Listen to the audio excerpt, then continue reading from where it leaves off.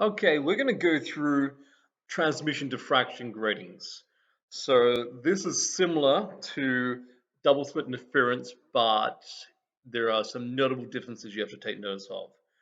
All right, so what are they? So over here on the left, we can see some, these are the devices we use.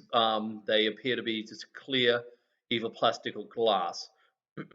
Now, how they work, or how they created to start off with, is you make some very fine cuts at equal spaces. You see in this image here, you get a machine to cut into the glass or plastic, so long as it's transparent, this should be fine.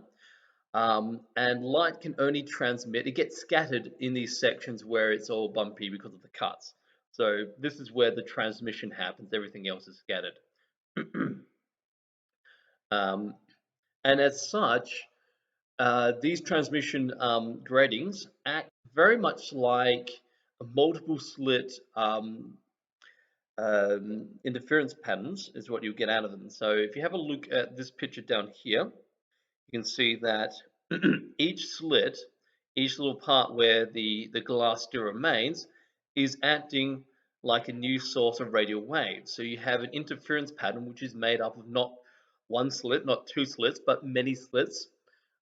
There will be millions of slits along here if you actually went down work these numbers out, which we will do in a minute.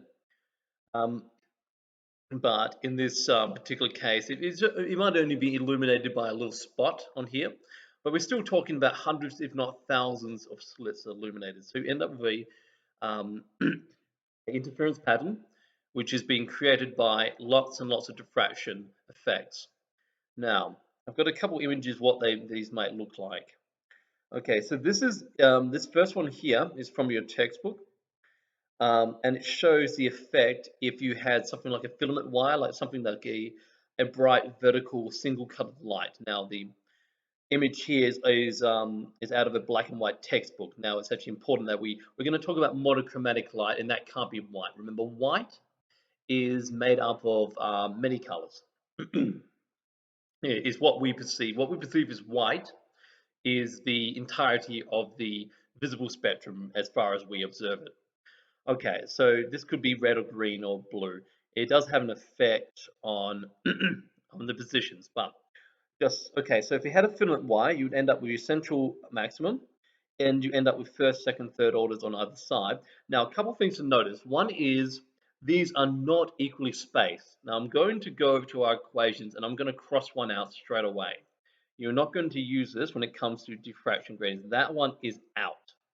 Okay, and we'll explain why in a minute. Basically, the assumptions that we used to build up that equation in double slit is cannot be used here, and we'll go through why. You might even be able to spot it here. Basically, we're talking about much larger angles. And we're talking about much larger angles because we actually have a much smaller d. So if you actually go, we'll discuss it now. D, if D is much smaller, and we're still talking about like 0, first, second, third order reinforcement, then okay, so that's the same, that's smaller, then sine theta has to be larger. If sine theta is larger, we can't make the assumption that tan theta equals sine theta anymore because we don't have small angles, so we can't use this. It's also invalid, you can see it for yourself, that the distance between adjacent spots, so this is viewing it in terms of a laser, and this is viewing in terms of a filament globe of a particular color, or some narrow beam type apparatus. And yeah, they're equally spaced. But the other one key thing to take notice of is these are very, very thin, bright bands. Unlike the diffraction, two-slit diffraction, which kind of bled from bright to dark. This one is very bright, and yeah, we have this kind of red halo behind it. It's kind of yeah, that effect. But if not for that, you would see there's none. They're very bright reinforcements and not much else. Okay. So, all right. So what do these things mean here? Lines per millimeter. Well, that's like how many times you cut into that. So on this page, you can see 1, 2, 3, 4 cuts. You don't know how long this is. I've enlarged this image, so it's not to scale. So, but we're talking about this one has the lowest one here. It only has 80 lines. Okay, that's 80, 1, 2, 3, 4, 80 cuts in a millimeter. Now, just moving on to this picture. Okay, so we can see what we mean by D is the distance between every adjacent transmission spots. So they've got the cuts, cuts, cuts, cuts. All right, not cut, not cut. Okay, what's the distance between those? Well, it's related to this. In fact, it's the inverse. So let's make ourselves a little bit of space. All right, just a little bit of space over here. So what does 80 cuts per millimeter mean? All right, well that's so 80 lines, yeah, or lines means cuts essentially. So we got 80. Get control of this. Okay, let's move it a little bit more. Make things easier. Let's put a little bit of space here to work on. So we got 80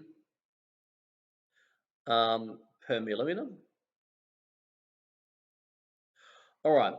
So D, the space between them, if there's 80 in the millimeter and they're equal in the evenly spaced, so you've got a machine to cut this, then D is 1 on 80 millimeters. All right. So let's just find out what that is quickly. Oops. 80. 0.0125. All right.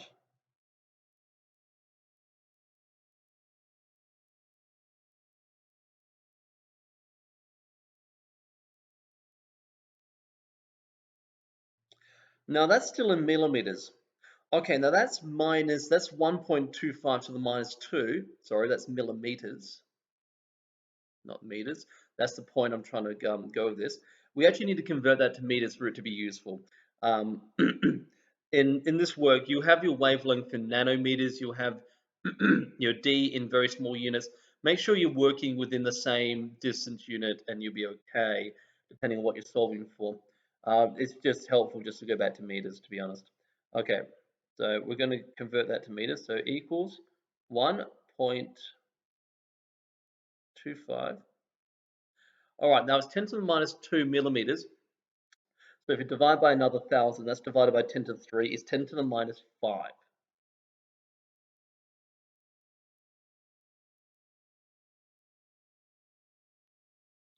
All right, 10 to the minus 5 meters. That is the distance between each adjacent slit for this one up the top, that's 80 lines. Now you notice if you have 1,200 lines per millimeter, that's a lot more. That's a much smaller D.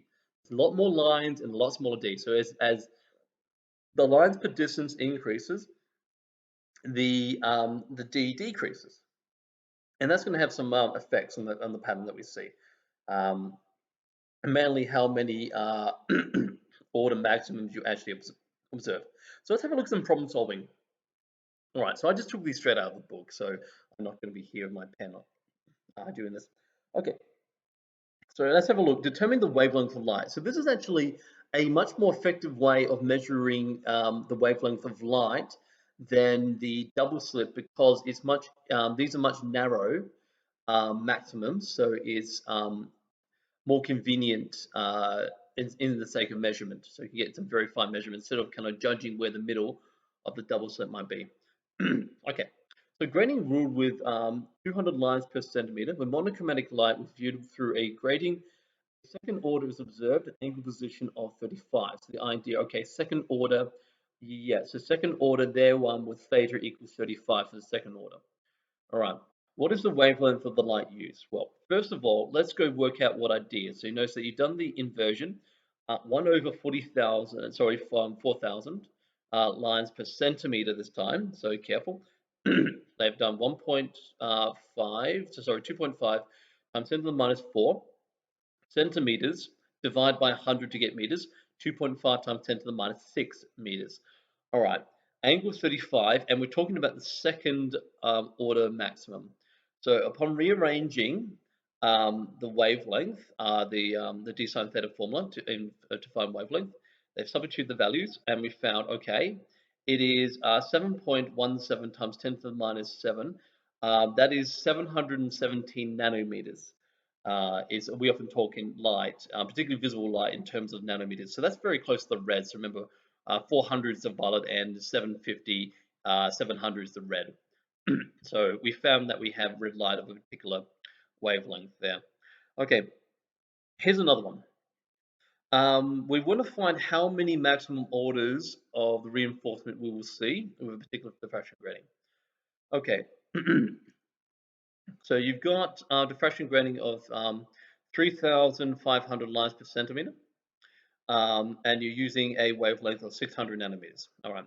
So first thing they did, convert the lines per centimeter into the distance between adjacent slits per in meters, and also converted that to meters as well.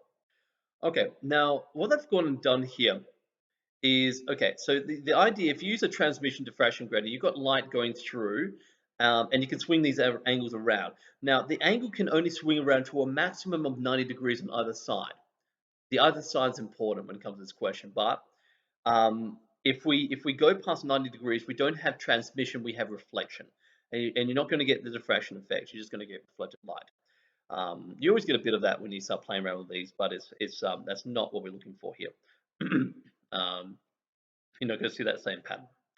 So in this case, okay, they found actually they've gone and solved for what this is. Sine theta equals so they've left m as an unknown constant here.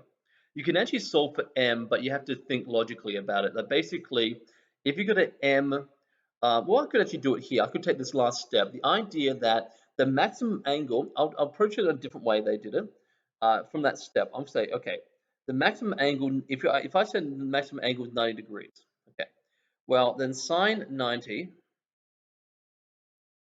equals 1. Then I could say 0.120 m equals 1, and then I'll say m equals 1 on 0.210. Let's see what that is.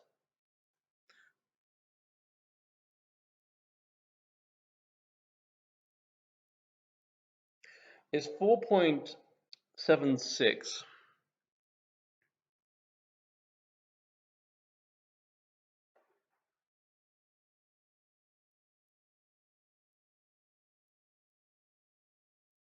Now the idea is, okay, so we're not seeing, m has to be a whole number.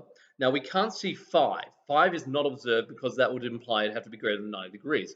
We're not going to see that. So the answer is actually 4 for m. Now you notice what they've done here is they've got the answer of 9, and they've actually gone and explained it as well. It is the central beam plus 4 on each side of it. So the idea is, so we've got m equals 4. So if you count up and we have a fourth one, it is 1, 2, 3, 4, 1, 2, 3, 4, and the one in the middle, which makes a total of 9. So the total answer is actually 9. Okay, so that's finding the maximum number of orders. So and also what was observed, how many reinforcements. Okay, so far we've been talking about monochromatic light. Let's have a quick look at what happens when you put white light through here. So we've got a couple of things to observe. All right, so here's what you might observe. Not the best picture, but at least it's kind of an active picture. So you can see in the middle you have white light. Now that's because if you go back to the formula over here, all right, the central one is when m equals 0. If m equals 0, basically this thing just collapses, sine equals 0, and it has absolutely nothing to do with the wavelength. So if you shine white light through, the central reinforcement is all the visible wavelengths, so all the wavelengths within white light re-emerge at the center, and you end up with white light, and that's confirmed in this example here. Now, in the first spectrum, what you see is increasing with angle. You start from your violet end first and then end up with red. That's because that's the direction that wavelength is increasing. So remember, violet's about 400, red is about 700 nanometers, about 750. You start your first spectrum, that will end, and you have a gap between when you start the next one. Okay, the thing about the next one is it actually overlaps with the third, as you can see here. Now we're going to prove that. Okay, so you got violet, yeah, violet through the red, and then before the second order red, you actually start your third order violet. Now, so long as you can actually see, like you can actually get diffraction gratings when you can't see the entirety of the second order. Like you can't see, if you can't see second order yellow, you can't see third order violet, I imagine. Um, but yeah, if you can see part of your third order, you will see this overlap if you shine white light through it. So here's an example of how you can prove that. Example 8, to show that second and third order spectra of white light overlap.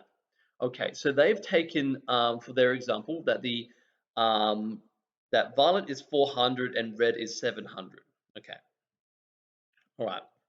And they're talking about, okay, so where would it overlap? The second order red should come after the third order violet. So let's have a look at the numbers they put in. So the one on the one over here is the third order violet. So they put 3 lambda, where lambda is 4 times 10 to the minus 7.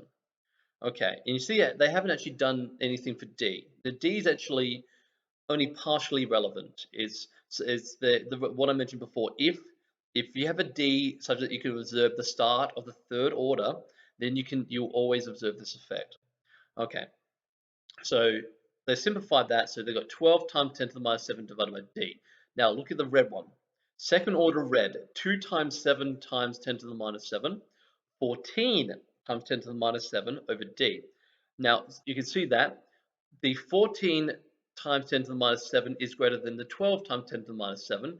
Thereby, this will have a larger angle than this. Thus, the third order violet reinforcement occurs at a smaller angle than the second order red. Therefore, these two spectral orders will overlap.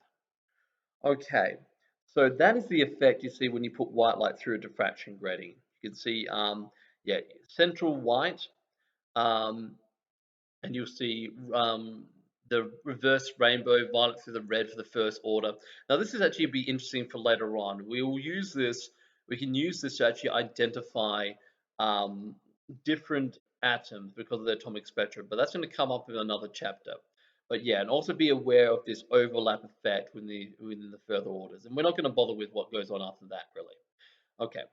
So I'm going to leave the video here for now. I'm going to do another one on CD, the CD reading in the near future.